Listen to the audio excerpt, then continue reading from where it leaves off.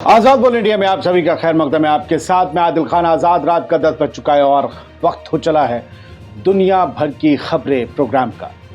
शुरुआत करते हैं। ईरान और इजराइल के बीच जारी तनाव में अमेरिका के माइक्रोवेव हथियार इस वक्त खूब चर्चा बटोर रहे हैं। एक्सपर्ट्स इस बात से मुतमईन हैं कि अमेरिका अपने माइक्रोवेव हथियारों से हमला करके ईरान के न्यूक्लियर अड्डों के इलेक्ट्रॉनिक्स को जलाकर राख कर सकता है। दावा ये किया गया है कि माइक्रोवेव वेपन के हमले में न्यूक्लियर बेस के ढांचे को कोई नुकसान नहीं पहुंचेगा। ऐसे में हमले के बावजूद रेडिएशन फैलने का खतरा नहीं रहेगा। उधर ईरान ने धमकी दी है कि अगर उसके न्यूक्लियर अड्डों को निशाना बनाया जाता है तो वो कोई भी हो उसे मुंहतोड़ जवाब और सख्त जवाब दिया जाएगा, और ये जवाब ऐसा होगा जिसके बारे में आज तक किसी ने अंदाजा भी नहीं लगाया होगा, यानी बहुत ही हार्श होगा और अलग किस्म का होगा। डेली मेल की रिपोर्ट बताती है कि अमेरिकी एयरफोर्स के पास ऐसी मिसाइलें हैं जो हाई पावर माइक्रोवेव्स के जरिए ईरान की न्यूक्लियर फैसिलिटीज़ के इलेक्ट्रॉनिक्स को तबाह कर सकती हैं। इलेक्ट्रोमैग्नेटिक पल्स कैनन से लैस माइक्रोवेव हथियार क्रूज मिसाइलों में फिट किए जाते हैं और इन्हें B-52 बॉम्बर्स से लॉन्च किया जा सकता है। इन माइक्रोवेव हथियारों की रेंज 1126 किलोमीटर से ज़्यादा हो सकती है। ये हथियार कम ऊंचाई पर उड़ते हुए दुश्मन के एयर डिफेंस को ठप कर सकते हैं, फिर उसे बर्बाद भी कर सकते हैं, अड्डों को भी तबाह कर सकते हैं। इन हथियारों से निकलने वाली हाई पावर माइक्रोवेव एनर्जी यानी कि HPM एनर्जी दुश्मन के इलेक्ट्रॉनिक इक्विपमेंट्स को टारगेट कर सकती। बढ़ते हैं आगे। मिडिल ईस्ट में तनाव के बीच अमेरिका ने अपनी ताकत दिखाई है। अमेरिका ने अपने nuclear stealth bombers B-2 spirit के लगभग पूरे बेड़े के साथ ताकत की नुमाइश की है। B-2 स्प्रिट सिर्फ सबसे अहम मिशंस के लिए रखे गए हैं। अमेरिकी एयरफोर्स ने वार्निंग देते हुए कहा है कि ये दुनिया में कहीं भी कभी भी हमला करने के लिए तैयार हैं और इसकी कुव्वत रखते हैं। B-2 स्प्रिट एक मल्टी रोल हैवी बॉम्बर है जो नॉर्मल और परमाणु दोनों ही तरह के हथियार ले जाने की कुव्वत रखता है। इसकी स्पीड 1000 किलोमीटर पर आवर है। इसे ऐसा डिजाइन किया गया है कि रडार की पकड़ में ये नहीं आ पाता है और दुश्मन के अड्डों तक पहुंच जाता है। ये दुनिया का सबसे महंगा फाइटर जेट भी है। इसकी कीमत करीबन $1.7 बिलियन है। सोचिए, करोड़ों सैकड़ों करोड़ों में इसे 2 पायलट एक साथ उड़ाते हैं। इसकी रेंज 9650 किलोमीटर है। इजराइल ने कहा था, आपको याद होगा, कि ईरान के हमले का जवाब वो देगा। इसको देखते हुए अमेरिका अलर्ट हुआ और अमेरिका ने अपने इन बॉम्बर्स को टेस्टिंग पर लगा दिया। 20 B-2 स्प्रिट के पूरे बेड़े में से 12 ने एक साथ उड़ान भरी और इसके जरिए अमेरिका ने अपनी ताकत दिखाई। लेबनान के अखबार अल मायदीन की एक रिपोर्ट को समझ लीजिए। इस रिपोर्ट के मुताबिक वॉशिंगटन इंस्टीट्यूट के एक हालिया सर्वे में ये पाया गया है कि हमास और इजराइल के साथ रिश्तों को लेकर सऊदी अरब के आम लोगों के ख्यालात में बड़ा बदलाव आ रहा है। ये बदलाव जो है ना, ये सऊदी हुकूमत के लिए बेचैनी का सबब हो सकता है। सऊदी सिटीजन्स मानते हैं कि गजा की बर्बादी के बावजूद जीत फ़लस्तीन की ही होगी और इजराइल अपनी बर्बादी की तरफ बढ़ रहा है, चाहे भले वो अपनी जीत का कितना भी डंका बजाता रहे। सऊदी अरब के नागरिक ये भी मानते हैं कि उनकी हुकूमत के साथ ही दूसरे अरब मुल्कों को भी इजराइल के साथ अपने तमाम रिश्ते, सिफारती, तिजारती सब खत्म कर देने चाहिए।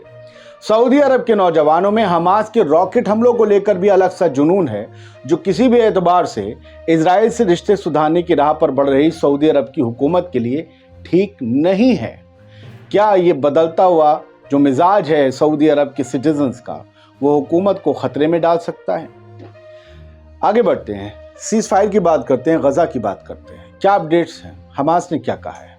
सीज फायर पर बातचीत नाकाम हो जाने के बाद अब हमास दूसरे ऑप्शंस पर गौर कर रहा है। दूसरे ऑप्शंस जो अभी तक इस्तेमाल नहीं किए गए, क्या होंगे नहीं पता।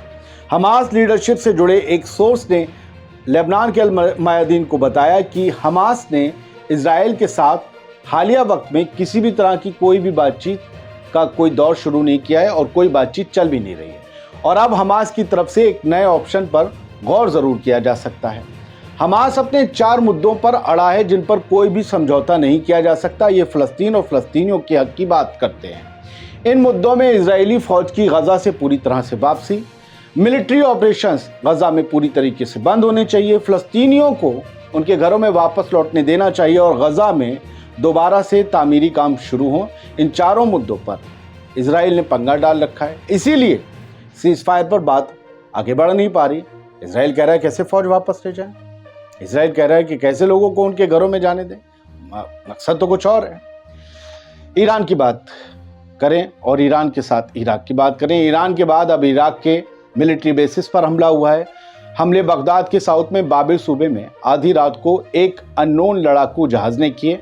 किसके हैं पता नहीं, अमेरिका और इजराइल ने इससे पल्ला झाड़ लिया है। हमले में 2 इराकी मिलिट्री बेसिस पर बमबारी की गई। हमले में हशद शाबी फोर्स के गोला बारूद का एक गोदाम तबाह हो गया और दूसरा हमला एक टैंक हेड ऑफिस पर या मुख्यालय पर हुआ। इन हमलों में एक शख्स मारा गया है। फिलहाल अमेरिका और इजराइल ने मना किया है, इनकार किया है कि हमारा इस हमले में हाथ नहीं है। अमेरिका को पता करना चाहिए किसके एयरक्राफ्ट आ गए, वहां तो बेस अमेरिका का भी है। इजराइल ने गाजा के शहर रफा में फिर से हवाई हमले किए हैं। इस हमले में कम से कम 9 लोगों की मौके पर ही मौत हो गई। अस्पताल के जो अफसरान हैं, जिम्मेदारान हैं, उन्होंने बताया कि मरने वालों में 6 बच्चे, मासूम बच्चे शामिल हैं। गाजा की हेल्थ मिनिस्ट्री ने सैटरडे को कहा कि पिछले 24 घंटे में इजरायली हमलों में 37 लोगों की मौत हुई थी और आज ये तादाद और बढ़ गई। मिनिस्ट्री ने ये बताया कि इजराइल और हमास के बीच जारी कॉन्फ्लिक्ट में मरने वालों की तादाद 34,000 से पार पहुंच गई है। 76,000 से ज़्यादा जख्मी हैं और 2/3 तो इनमें बच्चे हैं, औरतें हैं। ये सभी कुछ हो रहा है। देखते हैं कल ये आंकड़ा कितना बढ़ता है और इस दुनिया की मसीहाओं को शर्म आती है या नहीं आती है। अमेरिका में ईरान के फॉरेन मिनिस्टर मौजूद हैं, अमीर अब्दुल्लाहियान या अब्दुल्लाहियान। इन्होंने इजराइल की तरफ से किए गए कथित हमले का भरपेट मजाक उड़ाया है।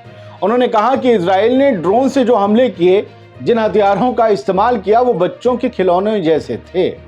इसे हमले के तौर पर नहीं देखा जाना चाहिए, खेल की शक्ल में जानना चाहिए। कल ही ईरान के इस्फहान इलाके में एक हवाई अड्डे के पास कुछ धमाकों की आवाज़ सुनी गई थी। इन धमाकों की आवाज़ ने ईरान को इजराइल की तरफ से किए जाने वाले हमले की जो है सूरत में देखा ईरान ने। लेकिन पता ये चला 2-3 क्वाडकॉप्टर्स आए थे जिसे ईरान के एयर डिफेंस सिस्टम ने मार गिराया। इजराइल ने कहा भाई हमारे नहीं थे। अमेरिका कहता रहा इजराइल का हिसाब बराबर। अफ्रीका चलते हैं। वेस्टर्न अफ्रीका में रूस का दबदबा बढ़ने से अमेरिका को झटका लगा है। अमेरिका आने वाले महीनों में वेस्ट अफ्रीकी देश नाइजर से अपने 1000 अमेरिकी फौजियों को वापस बुला लेगा। यह इंफॉर्मेशन न्यूयॉर्क टाइम्स और दूसरे अखबारात ने दी। रिपोर्ट में कहा गया कि अमेरिकी हुकूमत ने इस पूरी पॉलिसी के बारे में नाइजर की हुकूमत को इत्तला दे दी है कि हम फौजी वापस बुलाएंगे। खबर यह भी है कि रूस के मिलिट्री ऑफिसर्स और ट्रेनर्स नाइजर में मौजूद हैं और हुकूमत पर काबिज लड़ाकों को मिलिट्री ट्रेनिंग दे रहे हैं। यही वजह है कि रूस ने जुंटा के जरिए अमेरिका को इलाके से बाहर निकलवाने का फरमान सुनवाया है। कुछ दिन पहले ही नाइजर के मिलिट्री रिजीम यानी कि जुंटा ने अमेरिका के पेंटागन हाउस को बड़ी वार्निंग दी थी। उन्होंने कहा था कि नाइजर के जो मिलिट्री हुक्मरान हैं उन्होंने अमेरिकी फौजियों के खिलाफ अब बगावत छेड़ दी है, इसलिए हमारे मुल्क नाइजर में अमेरिकी फौजियों की मौजूदगी का अब कोई जो है ना औचित्य बचता नहीं। नाइजर ने अमेरिकी फौजियों को देश से फौरन निकालने के लिए एक मिशन शुरू कर दिया था। उन्होंने कहा कि इस दौरान अमेरिकी जेट्स ने या प्लेन्स ने जो भी हमारे आसमान से फ़्लाइट्स निकाली हैं हमारे आसमान से, वो सब नाजायज़ है। देश में पिछले साल जुलाई में फौज ने डेमोक्रेटिक रूप से चुनी गई सरकार को गिरा दिया था, तख्ता पलट कर दिया था। इसके बाद से नाइजर यूरोपीय संघ से भी अलग हो गया और कहा कि हमारी सुरक्षा साझेदारी ख़त्म करिए, आप सबकी हमें बैसाखियों की ज़रूरत नहीं है, अब हम खुद अपनी हिफाजत करेंगे और अमेरिका की तो बिल्कुल ज़रूरत नहीं है। अब वहाँ रूस पहुँच गया तो अमेरिका को निकलना पड़ेगा। नॉर्थ कोरिया चलते हैं। नॉर्थ कोरिया ने क्रूज मिसाइल के लिए डिज़ाइन किए गए सुपर हैवी वॉरहेड का टेस्ट किया है, बहुत बड़ा है। साथ ही ये भी कहा गया है कि इसने एक नई तरह की एंटी एयरक्राफ्ट मिसाइल भी लॉन्च की है नॉर्थ कोरिया ने। DPRK मिसाइल एडमिनिस्ट्रेशन ने बताया कि हमने हवासल 1, रॉ 3 इन तमाम स्ट्रेटेजिक क्रूज मिसाइल के लिए डिज़ाइन किए गए एक सुपर बड़े वॉरहेड का टेस्ट किया है। नॉर्थ कोरिया लगातार ऐसे टेस्ट करता है और दुनिया के जो कथित पावरफुल देश हैं वो नॉर्थ कोरिया का कुछ नहीं कर पाते। पाकिस्तान के लिए एक बुरी खबर है। पाकिस्तान में ईरान के वजीर यूं कहें कि सदर इब्राहिम रईसी 22 अप्रैल को 3 दिन की अपनी जो ऑफिशियल ट्रिप है उस पर पहुंचेंगे, लेकिन उनकी इस ट्रिप से पहले पाकिस्तान के बैलिस्टिक मिसाइल प्रोग्राम को एक बड़ा झटका लगा है। अमेरिका ने जो बहुत वक्त तक पाकिस्तान का दोस्त होने का नाटक करता रहा या दोस्त रहा। उसने पाकिस्तान के बैलिस्टिक मिसाइल प्रोग्राम के लिए जो भी ज़रूरी सामान हैं उनकी जो पूर्ति है उस पर बैन लगा दिया है। इसमें कुछ चीनी कंपनी हैं, कुछ बेलारूस की कंपनी हैं। बात टेस्ला के मालिक एलन मस्क की, जो स्पेस एक्स के भी मालिक हैं। भारत आ रहे थे लेकिन उनकी विजिट टल गई है। अब वो इस साल के आखिर में भारत आएंगे। एलन मस्क ने माइक्रो ब्लॉगिंग साइट एक्स पर एक पोस्ट पर रिप्लाई करते हुए लिखा कि बदकिस्मती से टेस्ला में ज़्यादा काम है और इसी वजह से अब भारत नहीं आ सकता। ये विजिट अब टल रही है लेकिन मैं इस साल के आखिर में भारत ज़रूर आऊँगा। लेकिन कुछ लोग ये कह रहे हैं कि चूँकि भारत में जो पार्लियामेंट के इलेक्शन चल रहे हैं तो स्पेस एक्स, जिसे आप ट्विटर के नाम से जानते थे, वहाँ पर कुछ इलेक्शन कमीशन ऑफ इंडिया की तरफ से या गवर्नमेंट की तरफ से कहा गया जिससे एलन मस्क नाराज़ थे। इसी वजह से उन्होंने अपनी ट्रिप जो है कैंसिल कर दी। खैर, ये वेस्टर्न लोग डिस्कस कर रहे हैं। यूनाइटेड नेशंस ने अफ्रीकी मुल्क सूडान के दारफुर रीजन में लड़ाई तेज़ होने और लड़ाई फैलने की वजह से कम 8 लाख लोगों तक पहुंचने वाले खतरों की वार्निंग जारी की है।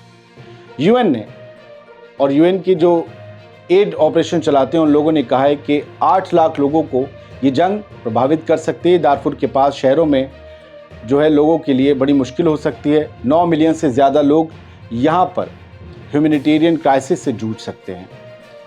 राइटर्स के मुताबिक सूडान के साल भर के जो संकट को कम करने का कोई रास्ता अभी दिख नहीं रहा है क्योंकि साल भर से वहाँ संकट चल रहा है। 25 मिलियन लोगों को ह्यूमैनिटेरियन एड की वहाँ पर ज़रूरत है। 9 मिलियन लोग अपने घरों से डिस्प्लेस हो चुके हैं, खाना बदोशों की तरह जंगल और सहरा में भटक रहे हैं।